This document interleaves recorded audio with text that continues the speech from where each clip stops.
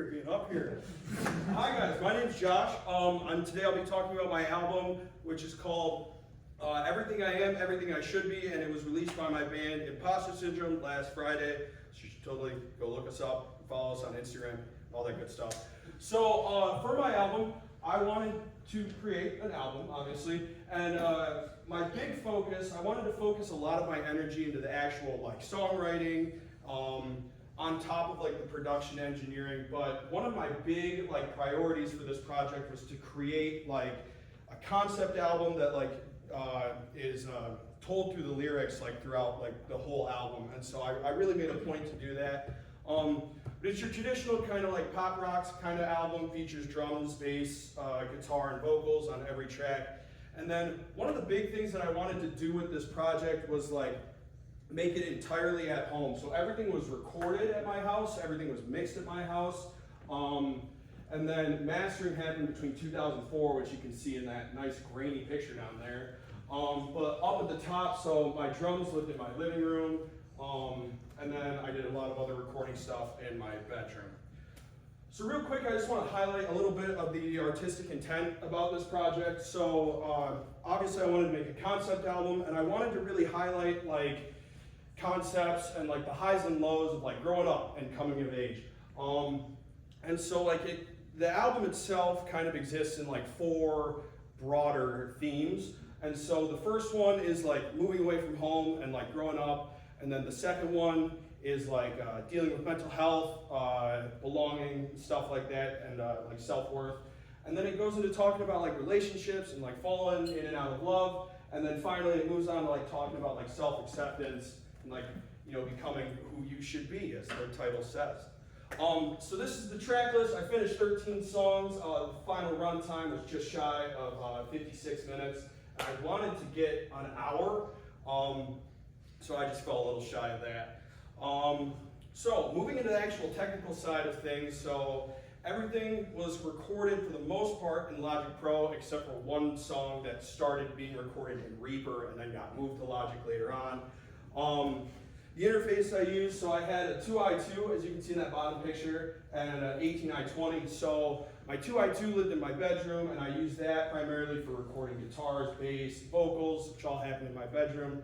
And then, as you saw like a couple slides ago, I had the drum set in the living room, so that the 18i20 lived up there. And it was really nice because I was able to have like a consistent like mic setup around those drums throughout the whole recording process, which was super neat. So mic-wise, I have 4 57s, I have 4 PG81s, which are that group of 4 mics on the right there. So those are small diaphragm condenser mics. And then on the right in that picture is the SM27, which I used on all of the vocals. And then on the left there is the Shure Beta 91, which I used in the kick. For monitoring, I used Yamaha HS5s, which got cut out of the picture, but they're up there. And then for soft synths and side logic, I utilized Vital on, I want to say, every track. And then I used a variety of stock synths from Logic, so like Retro Synth, I used ESP on a couple. And I found this really neat synth called Zyklop by a company called Dawson. And I just thought that was a really neat name for the company and the synth. And then I also pulled samples. I pulled a lot of samples from the Logic sample library, so like studio strings and then like different like orchestral samples.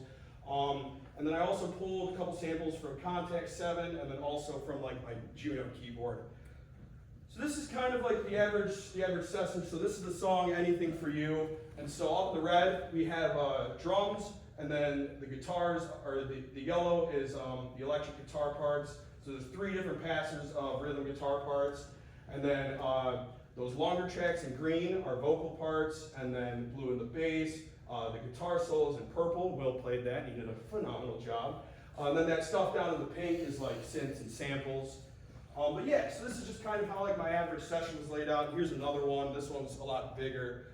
This one finished with, what does that say, 54 tracks, and then there's like 10 aux tracks on top of that. So just to kind of get into talking about like the instruments that I was using throughout. So all the drums were recorded acoustically in my living room, which I know all of my neighbors and my roommates just totally love.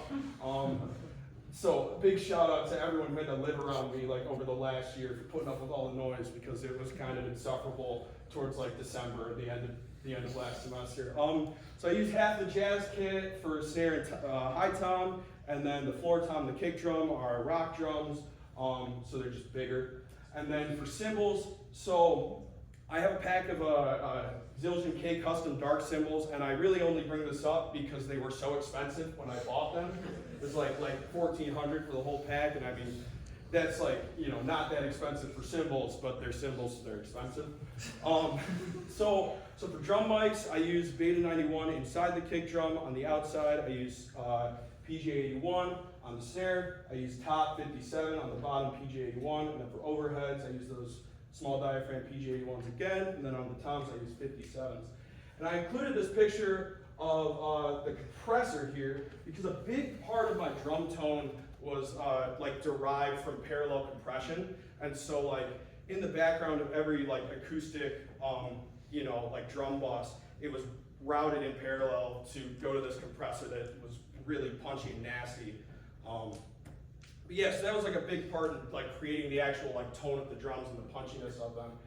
And then for guitars, so the guitar that you hear like most throughout the album is that electric guitar up there. So it's a Telecaster with an Epiphone headstock, so it's like Parkcaster situation going on there. But that guitar was given to me by my uncle in like 2017, and he got it in like the late 90s, and so it's kind of like a family heirloom sort of thing. And so I ran that into the Boss ME80 guitar multi-effects processor, which is like a really neat thing. It's like 6 guitar pedals in one, and they're not great, but you know, it's cool because it was like $300 and you get like 6 different kinds of guitar pedals. And then I have a Breedlove mahogany acoustic guitar that I used throughout a couple tracks. The bass was all recorded DI, and then throughout a couple different songs, I have acoustic piano on there. So I went back to my parents' house and I recorded their quiet upright piano, and then I also sourced a couple piano sounds from my Roland Juno. On the guitars, so as you can see in this picture down here, so that's the beautiful, beautiful Fender Rumble 25, best amp ever. So right on the speaker cone, I have a SM57, and then a little further back, and then off axis, I put like some kind of condenser mic. So in this picture, it's the 81, but I also occasionally use like the 27, which is the large diaphragm, just to kind of get, you know, different tones on top of what you can pick up with the 57. And then some processing. So on the left here is a very extensive list of every plugin that I use throughout the entire creation of this. This picture on the left here, this is a vocal chain. I don't remember specifically which song it's from, but they all pretty much look like this. So I normally start out with de-esser, auto-tune, EQ, compression, saturation, multiband compression, and then I always hit my vocals with 2 de-essers or so, like either 1 or 2, because my voice is very sibilant, I feel. So try to treat that. And then another round of EQ, send it off to reverb and delay sends. So that's like what the average vocal chain was looking like throughout the mixing of this. And then this very, very nice resolution picture that's getting cut off by the other one, because I didn't lay it out very well. So this is like a guitar stack. So in like these left 2, this is 1 pass, these right 2, this is 1 pass, just with different mics. All of those individual tracks have EQ and compression on them, and then they're getting bussed out. And then on my guitar buses, I like to stack like EQ, saturation, some kind of compression. And I'm a big sucker for like parallel chorusing on guitars and also parallel distortion. So like those are some of my sends, and also reverb. And then this chain on the right, that was like the mastering chain I used for most of these tracks, some variation of that. So started out with EQ, then saturation, some kind of compression, and then another round of EQ, and then hit it with the limiter. And then a lot of the times it would stop there, but on this particular track, I think this is from Laced. I can't remember exactly, but that one needed another round of EQ and then another compression to kind of just shave off that top of the noise. So I did a majority of the performance on this album, but I was joined by a lot of great people, and you can see Will playing a real nasty solo right there. So Will gave me 3 solos on tracks 2, 3, and 7, which were awesome. They're super nasty, and you need to go check out the album so you can hear them. I had some help from Dan Hubble. He wrote and played the bass track on the 4th track, and then Jake Gondek played me a solo for the 1st track, and he gave me a little vocal chop that I used at the end of the 6th track. My friend Anna gave me vocal chops on the 2nd and the 4th track, and then I also got a brief, like 16-bar little French horn thing from Bella Hamid, that's like 4 minutes into a song and you can barely hear it, and you can't tell what it is. But it was like the color of the French horn like really added to the sound in my opinion, and also now I can say that I have French horn on my rock album. So yeah. So just kind of getting into like future implications of this. So I had a lot of, I started this project in September, and so like the way that I worked and the way that I was recording stuff changed a lot. But one thing that I was really consistently having problems with, I was just miking the drums poorly, and so I was having a lot of problems with drum bleed, and so, get a bunch of snare in the floor tom mic, get a bunch of hi-hat in the snare mic. And so definitely the next time that I try to take on a project like this, I need to pay more attention to like drum bleed. And then also I was having a lot of issues with room sound, and I had to spend a lot of time in like post-processing, like dealing with room sounds. And none of the rooms that I was recording or mixing in had any kind of room treatment at all. They all sound awesome. They're very rectangular, so you just get a ton of reflections bouncing around. So yeah, definitely the next time I try to take on something like this, I need to invest in some room treatment beforehand, and I think that would make everything a lot better along the whole way. Also, this last point, marketing. So I completely and totally dropped the ball when it came to the marketing of this promotion, and it kind of came from like, I finished the masters and I was done, and rather than hit the wall running again and trying to create like a bunch of promotional content, I was just kind of like, okay, the album's done, and I put it out, and I don't need to do anything with it anymore. But that's definitely something that I try to do a release, especially like a release of this size. I definitely want to create like a more like thought out content schedule and strategy beforehand, because I totally just kind of like nuked on marketing. But things that I got out of this, I got so much out of this experience. I feel that I've grown so much as both like a mix engineer, as a producer, as a songwriter. I know like what I'm looking for in a mix, and I've gotten so much better with separating low end, and anyone who is in Capstone can totally attest to this.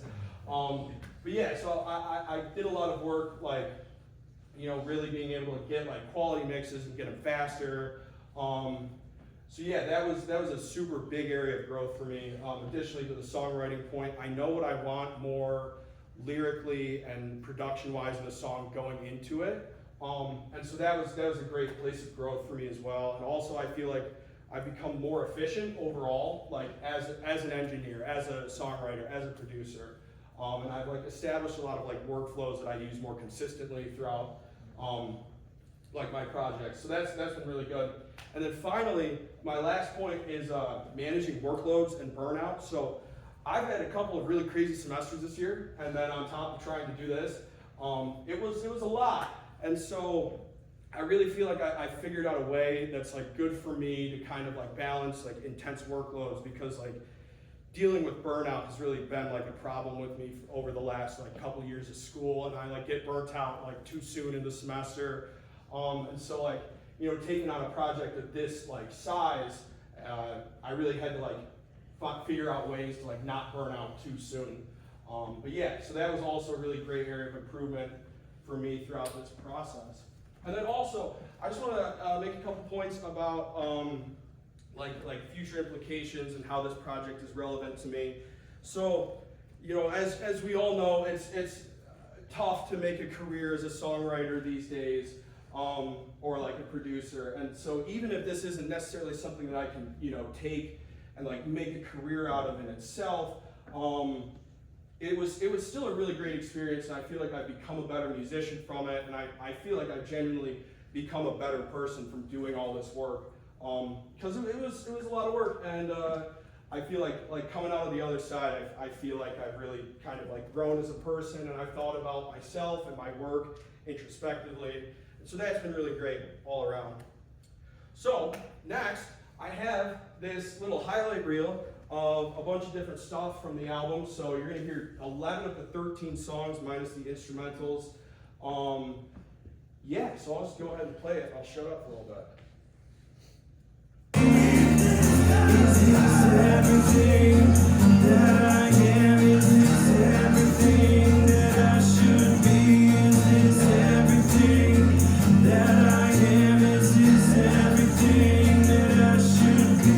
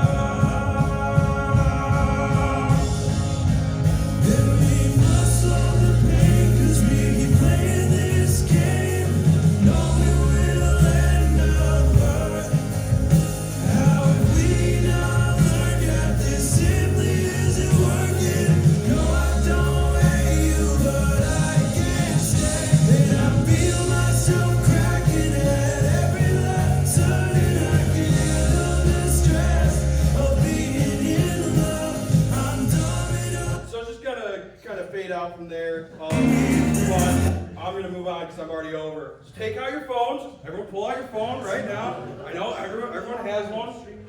Go scan that QR code and listen to my album. It's awesome. But yeah, so I just want to say a quick thank you to my parents and to my grandma for supporting me. It's not every day you get to live in, but I genuinely have done that here, and it's been so cool. Thank you to all of you guys for helping me out through this process, dealing with my really terrible mixes at the start of the semester. And thank you to you three, because you guys have been so amazing to me. But yeah, so thank you all very much.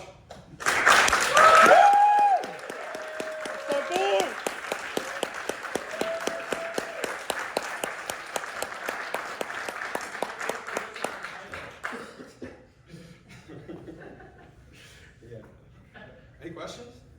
Yeah, Parker. I've always been really fascinated, or at least especially recently, on your ability to exclusively write heaters. And I was wondering, do you have something in your songwriting process that you kind of go to, is this a catchy chord? Do you have because it's every half the chords that I'd already heard, and I'm like, yeah, this is just gonna stay up here, float around for the next long while.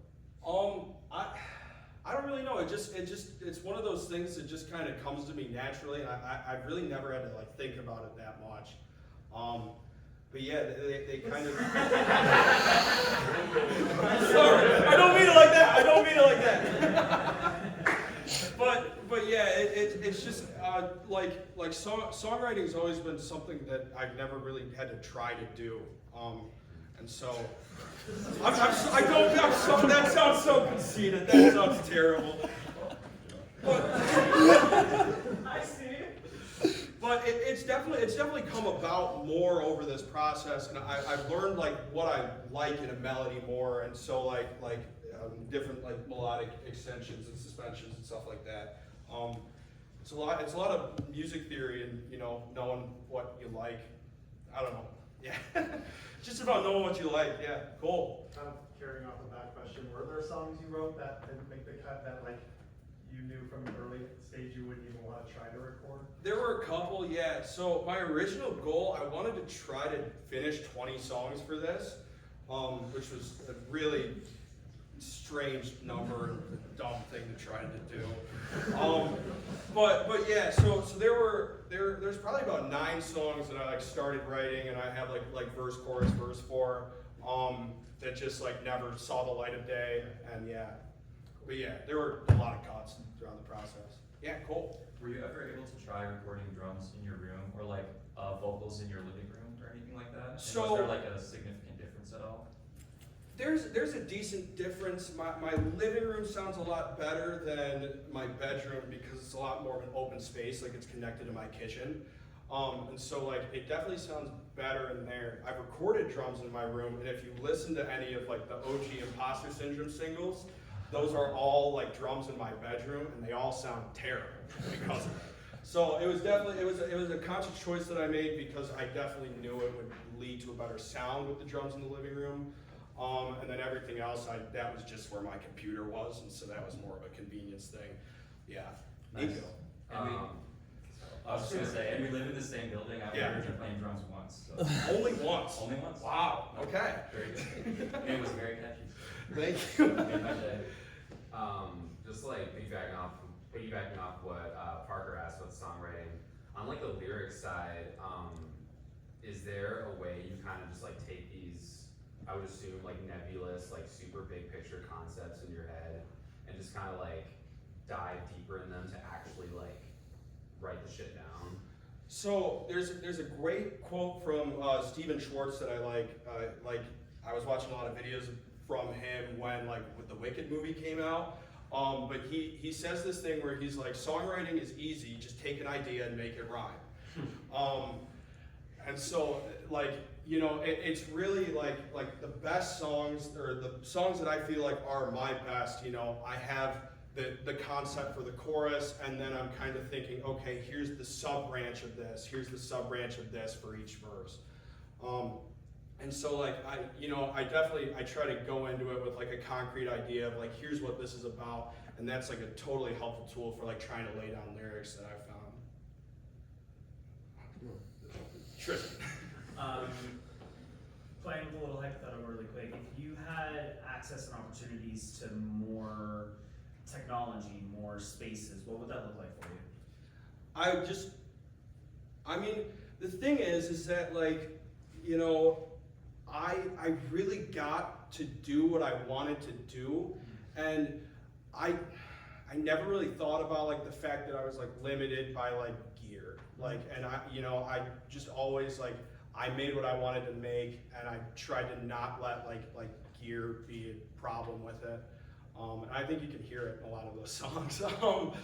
But I don't know if that really answers your question, but No, it kind of does. It kind of leads to the ideas and examples you were talking about being an independent artist. Yeah. And like Mhm. what you have is what really you got. So. right, yeah, and that's definitely like a big thing that I like really value is just like making it work with what you have, and so.